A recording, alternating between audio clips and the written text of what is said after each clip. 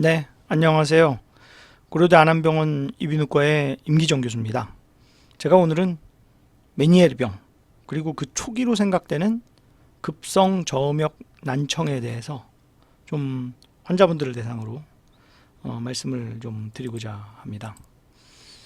메니에르병은 간단하게는 제가 귀고혈압이라고 자꾸 설명드리는데요.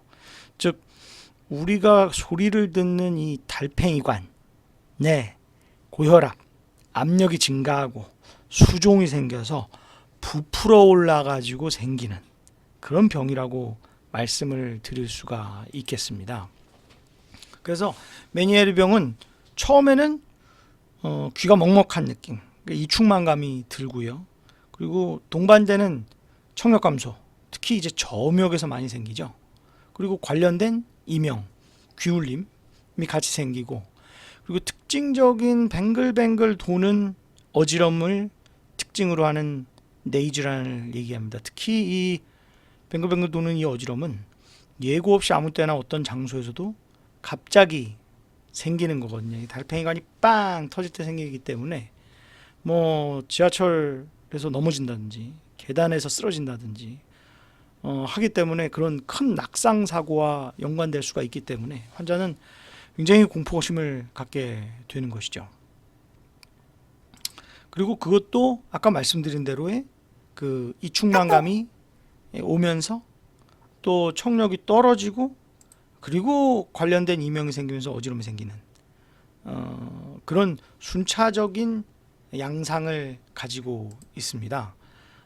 아까 이제 달팽이관이 부푼다고 말씀드렸는데 이렇게 달팽이관은 세 구획으로 나눠져 있는데 특히 그 중에 소리를 열심히 듣는 그런 부위가 갑자기 이렇게 부풀어지고 달팽이관 아워의 압력이 높아지는 그런 모습을 우리가 볼 수가 있습니다. 이렇게 달팽이관의 정상 달팽이관이 확 부풀어 올라서 압력이 강하게 되고 그래서 이제 귀가 먹먹하고 청력이 떨어지고 심하게 빵 터지면 어지럼이 생기는 그런 과정을 겪게 되는 것입니다. 그래서 메니에르 병의 원인을 굉장히 여러 가지로 얘기를 하고 있지만 결국에는 달팽이관이 부풀어 오른 내림프 수종에 이르고 그것이 이제 귀가 꽉 차거나 소리가 안 들리고 이명이 생기고 어지럼이 생기는 그런 거를 말하는 거라는 거죠. 그러니까 결국에 이 여러 가지 원인들이 내림프에게 생산을 많게 하거나 흡수에 문제가 생기게 하거나 하는 것 때문에 이 내림프 수종이 생기고 달팽이관이 부풀게 된다. 압력이 증가한다. 고혈압이 생긴다는 것을 말씀드리고 싶습니다. 그래서 메니에르 병은 중년의 여성들이 귀가 먹먹하고 청력이 떨어지고 어지러워하는 것을 관찰해서 우리가 이 병이 있구나라는 걸 알게 된 거고요. 그 순서가 이충만감이 있고 청력 저하가 있고 어지럼이 생기는 그런 전형적 과정을 겪게 되는 거고 어지럼은 아주 빙글빙글 돌면서 20분 이상 계속되는 특징적인 양상을 보인다. 그리고 이제 이런 달팽이관이 이제 부풀었다 가라앉았다 반복하니까 장기간에 걸쳐서 청력이 떨어졌다가 좋아졌다가 떨어졌다가 좋아졌다가 이런 오락가락하는 그런 양상을 보인다는 거죠. 그래서 이렇게 청력이 조금씩 떨어져서 결국에는 수년 수십 년 진행되면서 청력도 더 떨어지고 어지럼이 생기는 그런 과정을 반복하게 되는 거죠. 그래서 이런 변동성 청력 저하 그리고 특히 청력이 저음에서 떨어지기 시작하면서 점점 나빠지는 것이 메니에르 병의 특징이라고 생각이 들고요. 특히 이렇게 저음이 초기에 저음만 망가지는 그런 청력 변화를 우리가 지칭하는 것이 바로 이제 급성 저음역 난청이라는 거죠. 이게 계속 반복적으로 진행되면 수년 수십 년 후에 청력이 막 70% 80% 떨어지면서 어지럼도 더 심해지는 메니에르 병까지 진행되는 것이기 때문에 급성 저음역 난청을 우리가 메니에르 병의 초기 질환으로 생각하는 것입니다. 2015년 바라니 학회에서 이렇게 메니에르 병의 진단과 정의에 대해서 자세히 말씀을 했지만 그걸 우리 간단히 말씀드리면 어지럼이 아주 빙글빙글 돌면서 20분에서 12시간 정도 지속되는 그런 어지럼 양상을 보인다.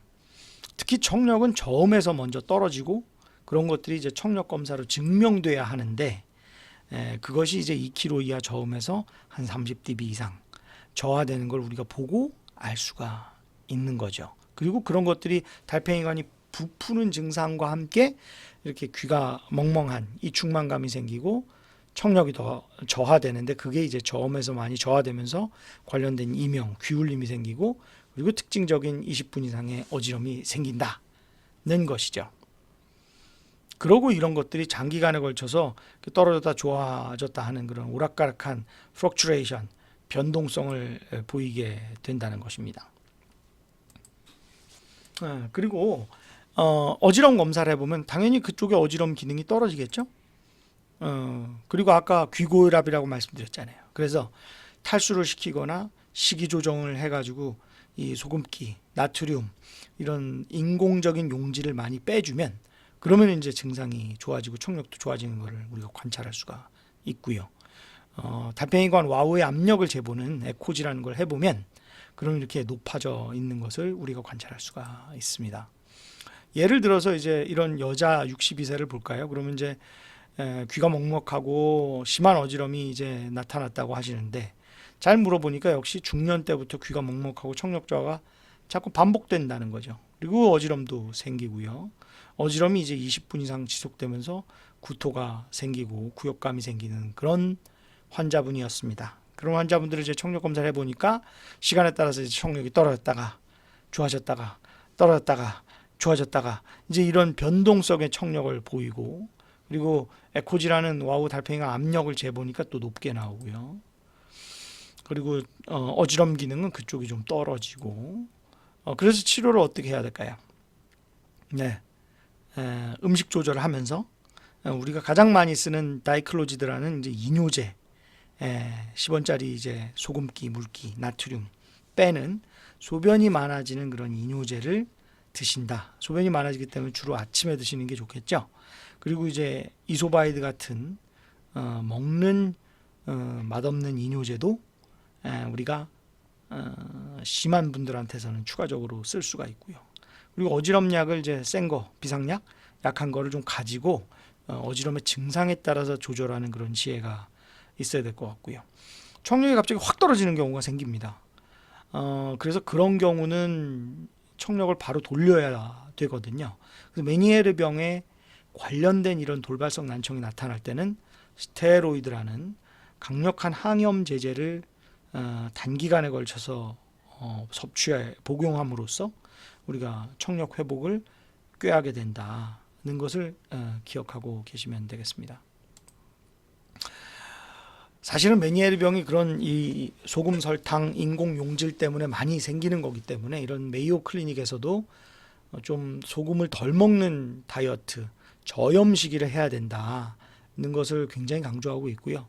음식 요리에 소금을 넣지 않거나 굉장히 줄이는 그런 것들이 중요한데 처음엔 너무 어려워요. 우리가 소금, 설탕에 너무 익숙해져 있어서 어렵지만 차츰차츰 줄이시다 보면 그런 저염 시기가 쉽게 적응되고 또 그거를 이제 가족들이랑 같이 하게 되면 가족들이 이런 메니에르 병이나 고혈압, 당뇨로부터 좀 해방될 수 있지 않을까 생각이 들고요.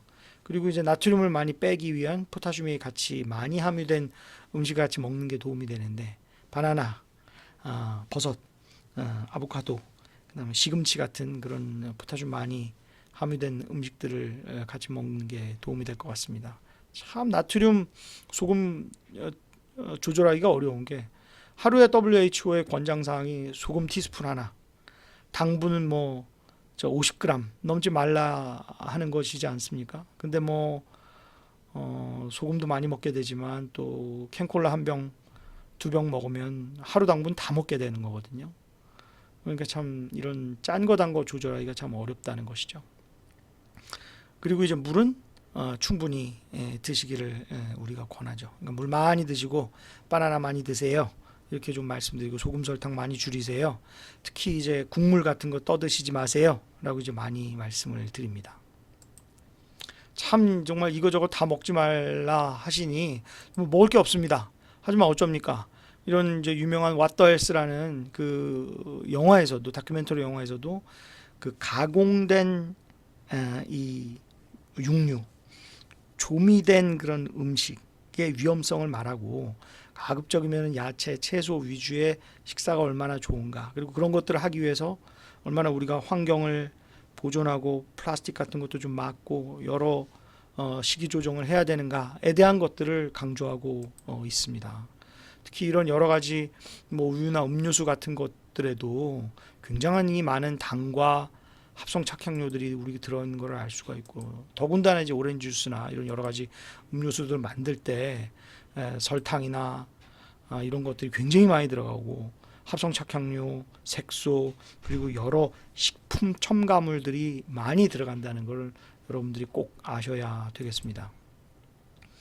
그래서 우리가 메니에르병 제가 설명드릴 때도 이제 여러 가지 나눠드리는데, 가장 중요한 것이 이렇게 단 거, 짠 거, 매운 거, 국물, 나트륨, MSG, 맛소금, 소금, 설탕, 조미료, 색소, 합성 착향료, 인공적인 그런 것들을 좀 덜 드셔야 되겠다고 항상 말씀을 드리고, 그래서 요즘 옛날 같으면 귀가 멍멍하다 그러면 귀에 무슨 염증 있나요? 물이 찼나요? 감기가 걸리셨나? 하지만 요즘은 많이 먹어서 너무 과도하게 섭취하셔서 생기는 그런 메니에르병의 초기인 저음만 이렇게 떨어지는 급성 저음역 난청, 저주파 감각신경성 난청이 많이 생긴다.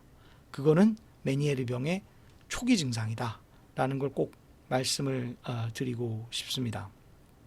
그래서 결론적으로 말씀드리면 이런 메니에르병은 달팽이관에 고혈압이 오고 림프 수종이 생겨서 귀에 압력이 가서 생기는 병이기 때문에 귀가 먹먹한 느낌, 이 중만감이 오다가 청력이 떨어지면서 저음에서 관련된 이명이 생기고, 그리고 빵 터질 때 굉장히 뺑글뺑글 도는 20분 이상의 어지럼을 특징으로 하는 병이다. 그래서 이게 오스모틱 디스오더, 그러니까 너무 많이 소금, 설탕, 나트륨, 인공적인 것들을 많이 먹어서 생기는 그런 용질 때문에 생기는 그런 병이 아니겠느냐. 그래서 이제 관련된 많이 먹어서 생기는 고혈압, 당뇨 이런 메니에르병을 굉장히 비슷한 제가 친척이라고도 얘기 드리면서 이게 물 많이 드시고 소금, 설탕을 줄이면서 바나나나 이런 채소, 야채 위주의 좀 삼시세끼 유기농 라이프를 하면서 좀 우리 지구를 지구의 환경을 보존하는, 그런데도 우리가 더 관심을 이런 메니에르병 때문에 가질 수 있지 않을까 생각됩니다. 네, 오늘은 귀고혈압으로 오는 메니에르병에 관련해서 설명을 드렸습니다. 네, 감사합니다.